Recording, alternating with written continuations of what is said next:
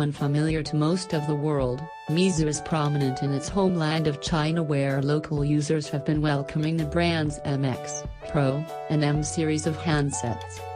While the former are meant to be the best smartphones Meizu is capable of building, the M series is where the company experiments with delivering the most value possible at a sub $199 price.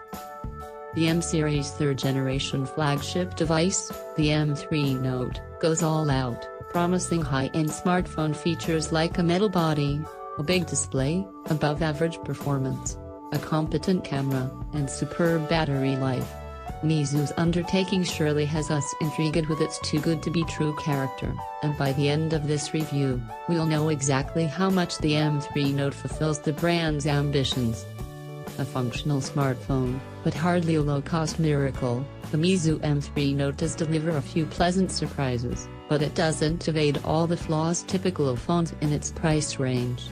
We are fond of its clean and sturdy metallic design, the fast fingerprint scanner, the pleasant bloat-free interface, and the strong battery life.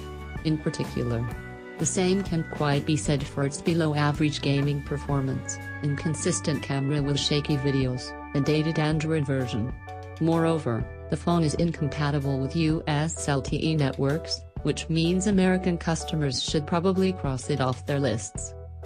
Can we forgive the M3 Note's flaws when we also consider its price? We think we can, but there are other options you might consider. The handset starts from $180 for the 2GB RAM/16GB model, but that's prior to potential shipping and import taxes, and you most likely won't be getting warranty and customer support. At this price, one can consider an older flagship phone like the Moto X, or better spec'd out and supported ones like the Asus Zenfone 2 and the BLU Vivo 5, although neither has the M3 Note's 11-hour battery life or a fingerprint scanner. And if one can stretch their pockets a bit farther, the $250 Asus Zenfone 3 seems like a more compelling choice that's worth the additional expense.